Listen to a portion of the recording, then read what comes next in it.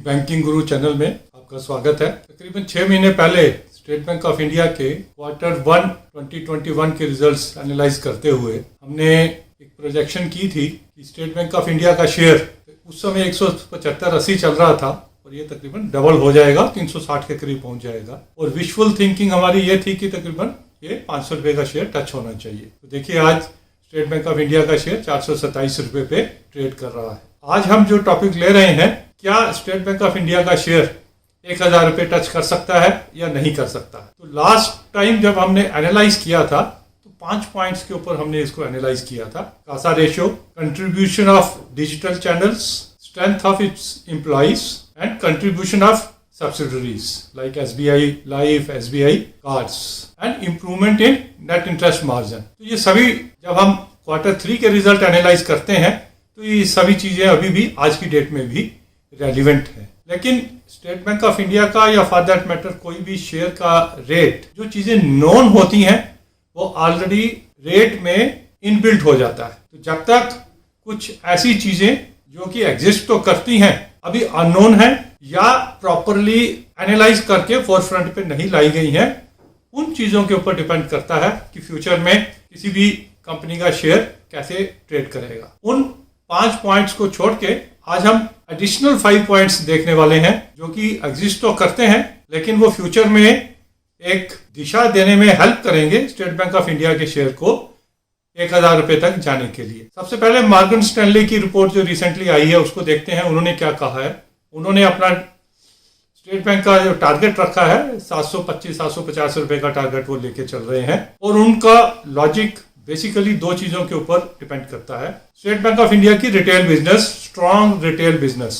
जैसे if the economy will grow at 10%, State Bank being the leader in the retail business it will be benefited. Yes, housing loan में 6.80% lowest rate market में देके they are trying to grab the market. Another thing which they have not covered, which I would like to cover is their personal loans। State bank के पास जो salary के accounts हैं उनका सिर्फ 10% ही लोगों ने पर्सनल लोन ले रखे हैं, जिसे एक्सप्रेस क्रेडिट कहा जाता है। Still there is a scope for coverage of another 90% of the salaried class employees, जहां पर एनपीए भी बहुत कम है। Long way to go which they are trying to cover through the digital modes, online personal loans, automatic sanction of personal loans, ये सब चीजें वो ला रहे हैं और there is a scope for that and this will help in growing the retail business। Second thing which they have talked about is the uptrend in the economic cycle। Yes, SBI being a proxy to the Indian economy, अगर economy grow करेगी, boost करेगी तो the biggest beneficiary will be State Bank of India। To this, I would like to add one more thing. When the economy will grow, on the one hand, there will be an increase in the business, but on the other hand, which is a big negative for SBI, that is a gross NPA of तकरीबन 1,20,000 करोड़, वो ही उनके लिए एक positive बन जाएगा। Positive in the sense economy grow करेगी, लोगों की सैलरीज, लोगों की बिजनेस जो ग्रो करेंगी, एनपीए रिकवर करने में अब बैंक को हेल्प मिलेगी। अगर हम ये सोच के चलें कि इस 1,20,000 करोड़ का 10% हर साल भी स्टेट बैंक अगर रिकवर करता है तो समझिए 12,000 करोड़ रुपया इनको यहां से मिलेगा। एंड माइंड इट, 90% ऑफ 1,20,000 करोड़ उन्होंने ऑलरेडी प्रोवाइड फॉर कर रखा है। Meaning thereby state way whatever will be the recovery out of this NPAs, gross NPAs, वो सीधी बैंक के प्रॉफिट में जाएगी। This is a very big positive which was earlier a negative, it will become a positive as and when the economy will start growing. अब beyond this Morgan Stanley 2-3 point और मैं add करना चाहूंगा। सोच के चलिए कि अगर आपको स्टेट बैंक ऑफ इंडिया को परचेज करना है और HDFC बैंक को परचेज करना है तो कौन सा ज्यादा कॉस्टली होना चाहिए। Looking to the size of State bank of India, general public will say या definitely State bank of India को अगर हमें परचेज करना है तो ये ज़्यादा कॉस्टली होना चाहिए, लेकिन ऐसा है नहीं। अगर मार्केट कैपिटलाइजेशन देखें तो स्टेट बैंक ऑफ इंडिया की मार्केट कैपिटलाइजेशन 3,64,000 करोड़ और HDFC बैंक की मार्केट कैपिटलाइजेशन 8,53,000 करोड़, मतलब आधे से भी कम में हम स्टेट बैंक ऑफ इंडिया को आज के रेट के ऊपर परचेज कर सकते हैं। अब ये ऐसा क्यों है? हम उसको भी समझने की कोशिश करते हैं। रिसेंट डेवलपमेंट कि 2 पब्लिक सेक्टर बैंक्स प्राइवेटाइज किए जाएंगे, एक इंश्योरेंस कंपनी प्राइवेटाइज की जाएगी। इसका इम्पैक्ट हमने देखा, स्टेट वे 20-20%, 40-40% उन बैंकों के और इंश्योरेंस कंपनी के रेट बढ़ने शुरू हो गए। इससे हम क्या समझते हैं कि the movement there is a news of privatisation, the real inherent value of these banks and these insurance companies वो बाहर आनी शुरू हो जाती है, मार्केट के रेट में रिफ्लेक्ट होनी शुरू हो जाती है। That means State bank of India को लोअर मार्केट कैपिटलाइजेशन सिर्फ इसलिए मिल रही है कि वो एक पब्लिक सेक्टर बैंक है।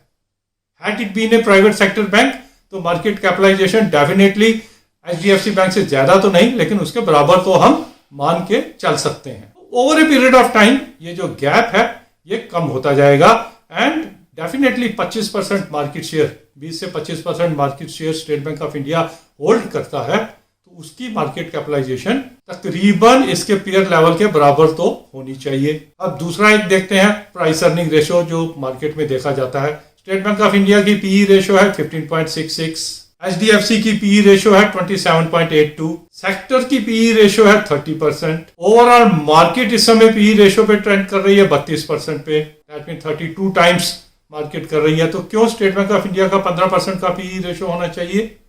नहीं, it should be much better. That is also at some point of time this will get corrected over a period of time. अब रिसेंटली जो स्टेट बैंक ऑफ इंडिया का शेयर चला है उसको देख के ऐसे लगता है कि ये बहुत चल गया। नाउ लेट अस सी कि लास्ट 5 इयर्स में स्टेट बैंक ऑफ इंडिया का शेयर कितना बढ़ा है और एचडीएफसी बैंक का शेयर कितना बढ़ा है। स्टेट बैंक ऑफ इंडिया का शेयर है 161% ग्रोथ इन लास्ट 5 इयर्स और एचडीएफसी बैंक की ग्रोथ 222%, मीनिंग अभी भी स्टेट बैंक ऑफ इंडिया उतना नहीं बढ़ा है जितना एचडीएफसी बैंक बढ़ा है। और अगर बिजनेस की बात करें और ग्रोथ की बात करें तो मोर और less state bank of India is in line with the HDFC bank, rather in many scenarios many areas it is better than the private sector banks. तो ये बढ़त अभी और आगे आनी है, which we can safely presume looking to these 4-5 points. अब ये ऐसा नहीं है कि आज 425 रुपए पे स्टेट बैंक का शेयर है तो इमीडिएटली एक ही ट्रेंड में चलता रहेगा और ये 1000 टच कर जाएगा। नहीं, मार्केट पॉजिटिव रहते हुए with small corrections definitely this will grow to 500, 600, 700 and over a period of 2-3 quarters when the net interest margin will further improve, economy will further improve, we can see a good growth in SBI share. And say another 2-3 years, it will be touching 1000. Why not? It is possible and it will touch 1000. That is again, I am revising my wishful thinking to 1000 rupees for State Bank of India share. So remain invested. किसी भी correction पे further आप add करते रहिए and it should be a must in your portfolio. I hope this small analysis, a supplement of my earlier analysis आपको अच्छा लगा, क्योंकि हर कोई एनालिसिस हम लॉजिक के साथ आपको बताते हैं। If you agree to our logics